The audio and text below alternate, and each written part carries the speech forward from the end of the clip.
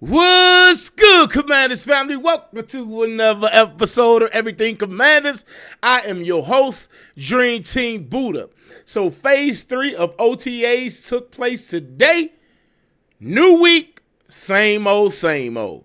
No Terry, no Tunsil, no Lattimore. But we ain't even worried.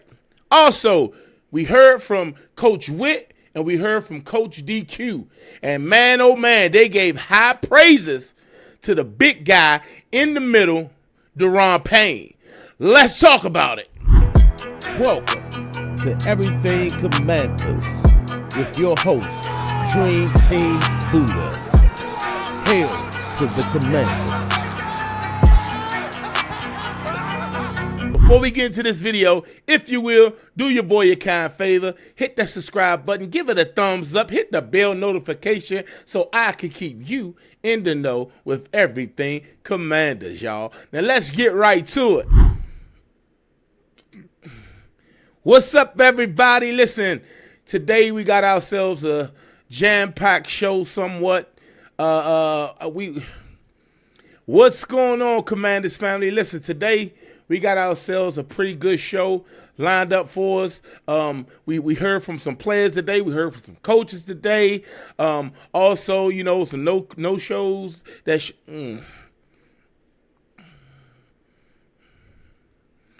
What's going on, Commanders family? Good to see you all. Great to be back in front of you all. Listen, today we got ourselves a great episode going on today.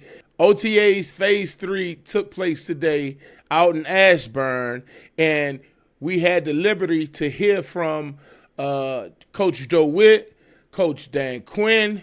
We've heard from several players, the Noah Browns, the Luke McCaffreys. It was a great day today out in Ashburn. Now, we got some things we want to unpack, you know what I'm saying? And there's no particular order that I want to address these situations. But what I will do, let's get the BS out the way right away so we can nip this in the bud. We did not see Terry McLaurin today in attendance of OTA Phase 3. Now, I kind of expected that, although I wanted to see Terry there after him not being there last week. Now, we all know Terry been there since last week. He hasn't showed up, and this week he hasn't showed up. We all know he's trying to seal a deal on that contract, and in these instances, it's a lot of things that come into factor when it comes to these, you know, these holdouts. And mind you, this is voluntary, okay? So, you know, Terry is trying to get that big deal. You know, you hold out. One of the main reasons you want to hold out, it's not even really a holdout. You know, I only want to label it that. But one of the main reasons you want to keep yourself from these type of off-season workout programs is you got to protect. Let's just keep it like this. You got to protect yourself when it comes to the NFL, because the NFL going to do what's best for the organization. You got to do what's best for you and your family. So they will get a deal done with Terry McLaurin. I'm not sure when it will happen. Hopefully it will happen before training camp. And, you know, because after this week, I think next week they come back one more time, if I'm not mistaken. And then they all for that big that break, like a month break before everything really ramp up. You got the training camp, and then you got the preseason, and then you got the season to start. So they get this one little last break before all that to take place. So I'm hoping that they get Terry McLaurin a deal done. I'm hoping that AP and Terry McLaurin agent can work something out with as though they get the right deal for Terry McLaurin. We all know it's going to be something in the range of 3 years, say $95 million, in that range. I'm thinking. We shall see when they get there, but Terry McLaurin is not my concern. Also, Laremy Tunsil, you know, I feel like, you know, it's a new team. So like I said, I said in the last episode, I feel like he should be here. But the fact that he's not here and he's been doing this throughout the duration of his career, and he's done nothing but, you know, be a top 5 left tackle in the league since he's been in, at least for the last 3 to 4 years, all pro. So I really ain't worried about him too much. And we all already know the biggest one that we worry about out of that bunch would be Marshawn Lattimore. And when they was talking to Coach Witt today about Marshawn Lattimore, he kind of like dismissed it, and I loved his answer when they tried to bring it up. It's like he shot it down. He worried about the guys that's in the building, the guys that's here that want to get better, that want to gel with the team. You know what I'm saying? They said they had talks with Marshawn Lattimore, and when he get here, then they will, have more to speak on as far as seeing has he grown this offseason and whatnot. Now, a lot of times these athletes, they like to get with their own trainer during the offseason to get ramped up and get ready for training camp. Well, should I say, training camp. And from what I'm hearing, Marshawn Lattimore always been like that. And it happens like that for these veterans, man. It's just I know how it feels to be a Commander fan, and Marshawn Lattimore, for him to show what he showed last year, playing in the burgundy and gold, how he let us down when it came to the big time matchups. We thought we had ourselves a lockdown corner, and it just wasn't a lockdown corner situation going on. And, a lot of us kind of put the excuse out there, and I was one of the ones that spoke on, his hamstring being one of the reasons why, we got such poor play from him last season. I'm no longer trying to sugarcoat that situation. I'm definitely going to, it is what it is. People feel like they feel. I respect how you feel. But I'm not giving them that grace no more. Right now, it's put up or shut up. I want to see you ball out this year. So I have no expectations but other than be great. What you did last year, it will not be acceptable this season. And we ain't even got to talk about the circumstances you was put in. I don't care about none of that no more. You not here right now trying to get better with the team. You should be fully healthy and ready to ball. So I just wanted to nip that in the bud and get that out the way. And we're going to move this thing right along. And Coach Joe Witt's presser today was such a treat for me. Like, I enjoyed every second of his presser. And there's a couple things that I want to talk about that he spoke on during his presser. And we're going to start it off with Javon Kinlaw. They asked him about Javon Kinlaw and what they plan on doing with him, and we have our answer because I know a lot of us had this question of, what would they do with Javon Kinlaw? And he spoke on the versatility of Javon Kinlaw, like I assumed early on, because he could play defensive end and he could play defensive tackle. He could play up the middle. And they pretty much going to be moving him up and down the line. And, on certain downs and stuff like that, they want to make sure that they get the most out of Javon Kinlaw. So that's your answer. You don't got to worry about if he's going to be stuck in the middle, if he's going to be playing outside. He's going to be stuck outside. They're going to have him all up and down the defensive line. Their goal is to be able to stop the run, like they said today. Several players, even Deatrick Wise, he was saying they want the long, strong players. They want to pretty much stop the run. You know what I'm saying? And that's how they're going to use Javon Kinlaw. He will be I want to say an anchor to help stop this defense. But moving right along, the true anchor, the one that stood out, the one that they say they're having a beast off season that Coach Witt has spoke on today before DQ, because DQ spoke on him too as well. And that is my guy, Daron Payne. He's been a standout during OTAs. Joe Witt say he was impressed. He is impressed with how, Daron Payne came to camp, how he's looked like he's in better shape. Like, he looked like the Daron Payne from that contract year. I know y'all all remember when Daron Payne was up for that contract year, how much work he put in that all season, all the videos that he was dropping. Now, he kind of moving like a silent assassin because I haven't seen any videos of him posting his workout, all season workout type situation on social media. That doesn't mean that he ain't doing it. But what I will tell you is this.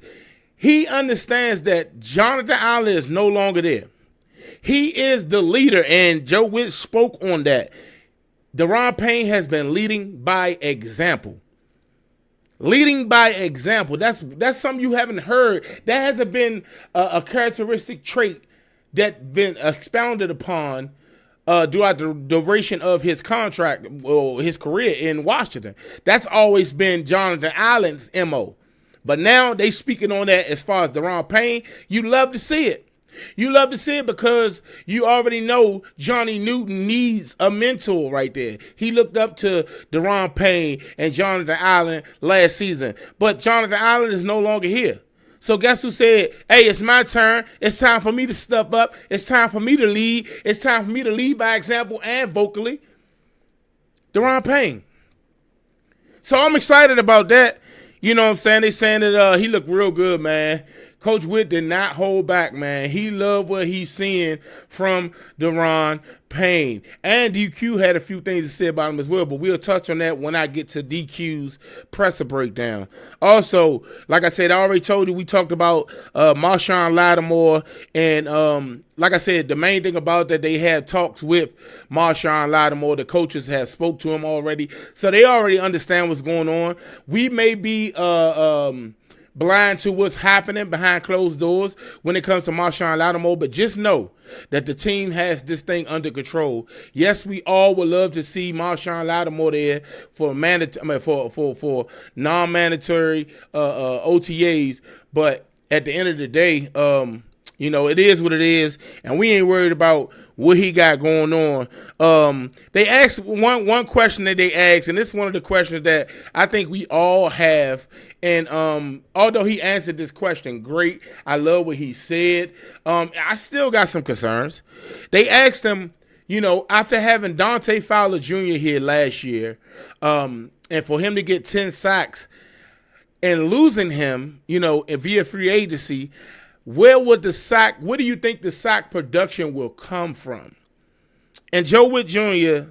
simply said, well, nobody thought Dante Fowler Jr. would get 10 sacks last year. And for a second, I'm like, what do you mean? Like, what he's saying that Dante Fowler Jr. is like, I'm like, okay, I see what he's saying. As I shut up and let him talk, I kind of got what he was saying. What he was saying is, before we came into the season last season, nobody knew where the sack production was going to come from. After losing Montez Sweat, losing Chase Young, who really didn't give us too much sack production other than that first season of them two together, we all was sitting there wondering, we ain't got no edge rushers for real. I mean, we got washed up Dante Fowler Jr. He really ain't going to do too much. We coming into this season right now in that same predicament as we were last year. We don't have a predominant edge rusher right now on the roster.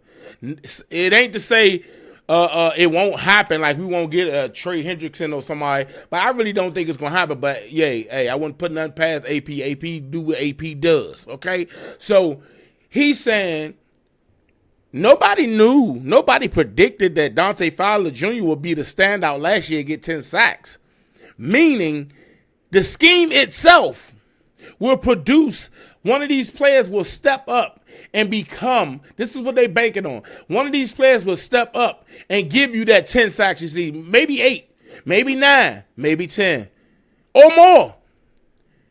They predicting that with all the people they signed via free agency and the new additions and then the players we already got on the roster, the Javonte, Jean Batiste, and Armstrong and Louvu, they thinking that we gonna be good there. You know, they would love to have a dominant edge rusher, but at the end of the day, they already know with the schematic of things, the way the scheme is set up, that sacks will be generated.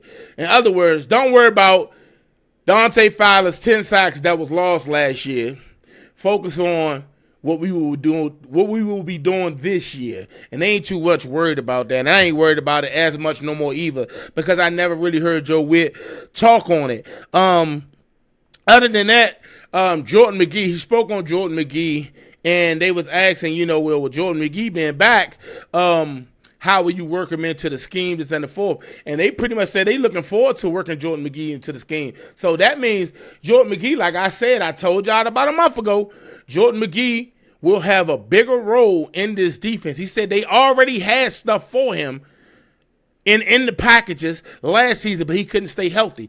His best his best thing that he could do, the best thing for him this year, what he could do is he could stay healthy on the field, ready to practice and ready to get those reps and seize the moment when he get that opportunity, because it's there. The opportunity going to be there, but will he be healthy enough to be there and get it done? And then he had spoke on, because they got certain situations where they want to have more of a 3 linebacker personnel on these rundowns. You know what I'm saying? They want to match. They say they want to match personnel with personnel. So if you want to get the big uglies out there, you want to bring in all these tight ends, and you want to have this formation where it's though you got one wide receiver out there. I think it's 12 personnel. I can't even think right now, and I ain't even going to try it. But at the end of the day, if you want to have your jumbo package, should I say, we're going to have a jumbo package on defense. You know, our thing we used to go to last year, we would do a 5 D-line front, right? And that'll be our way of getting more beef. But now we got linebackers, okay? We got linebackers. And speaking of which, on the linebacker, they trying to figure out, Joe Witt say he's trying to figure out what he's going to label Kane Medrano. He don't know if he's a safety.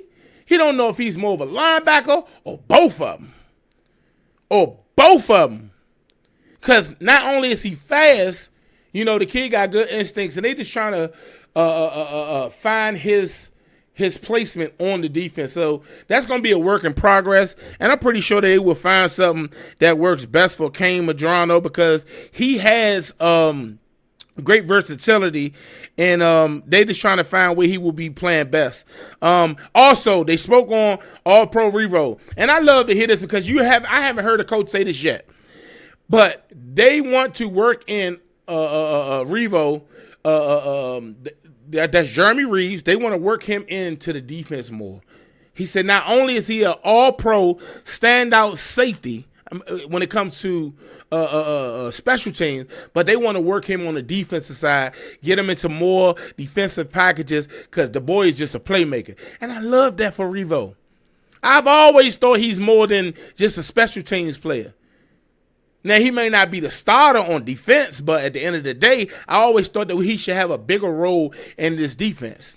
And then he went to speak on another person who I think going to have a breakout year, or at least more production at the position. On the defensive side, he spoke of Tyler Owens. Tyler Owens might be playing that role of Jeremy Chin from last year. A safety in the box that could play over the top too. Cover tight ends and stuff like that. So, hey, listen, it's going to be a lot of opportunities for those guys who were drafted and undrafted last season that will have a chance to actually, make some noise this upcoming season. And I'm looking forward to it. And then lastly, he spoke on Quan Martin. From what I'm hearing, Quan Martin is the ideal safety, free safety for the Commanders. And Coach DQ loves him. Coach Witt loves him. Coach Witt said he even having a better offseason than last season. He's seeing him being more of a vocal leader. And when you in that secondary, the key to being great in the secondary is having great communication. You got to be a great communicator. All right? Now, we already know Quan Martin, is best suited at free safety, and DQ spoke on that. He said, they made the decision to put him at free safety versus him being in the cornerback slot. Although he has the speed to play corner, he think it was more of a natural position for him to play safety. Now, last year, Quan Martin was the guy. You ain't see too many times where people got past this guy. Like he ain't get shook up like Percy Butler or Defoe. He made his tackle. He's one of the better open field tackle safeties we got on the roster. Hell, if you ask me, he tackled better than Jeremy Chin. Jeremy Chin is more of a hitter. Quan Martin is the better tackler, if you ask me. But they love what he's bringing to the table this year, and they just loving the fact that he's being more of a leader. And I'm loving to see it, man. I'm hoping that this year is a breakout year for Quan Martin. I think Quan Martin will be in his third year. if I'm not mistaken. So Quamont probably be in his third year, which is a big year for him. And then, next year will be a contract year. So it's up, man. You got a lot of players who got a lot to play for. You feel what I'm saying? So, I love that, man. Like I said, I love that. I love to see it. Then DQ, he got up there after practice and he spoke to the players. Spoke to the media. And he also elaborated on his love and his admiration for what Daron Payne is bringing to the offseason. He also loved what he got going on. He also loved it. He spoke on Johnny Newton, saying Johnny Newton looked like he much stronger. He looked like he's much stronger, like he been hitting the weights.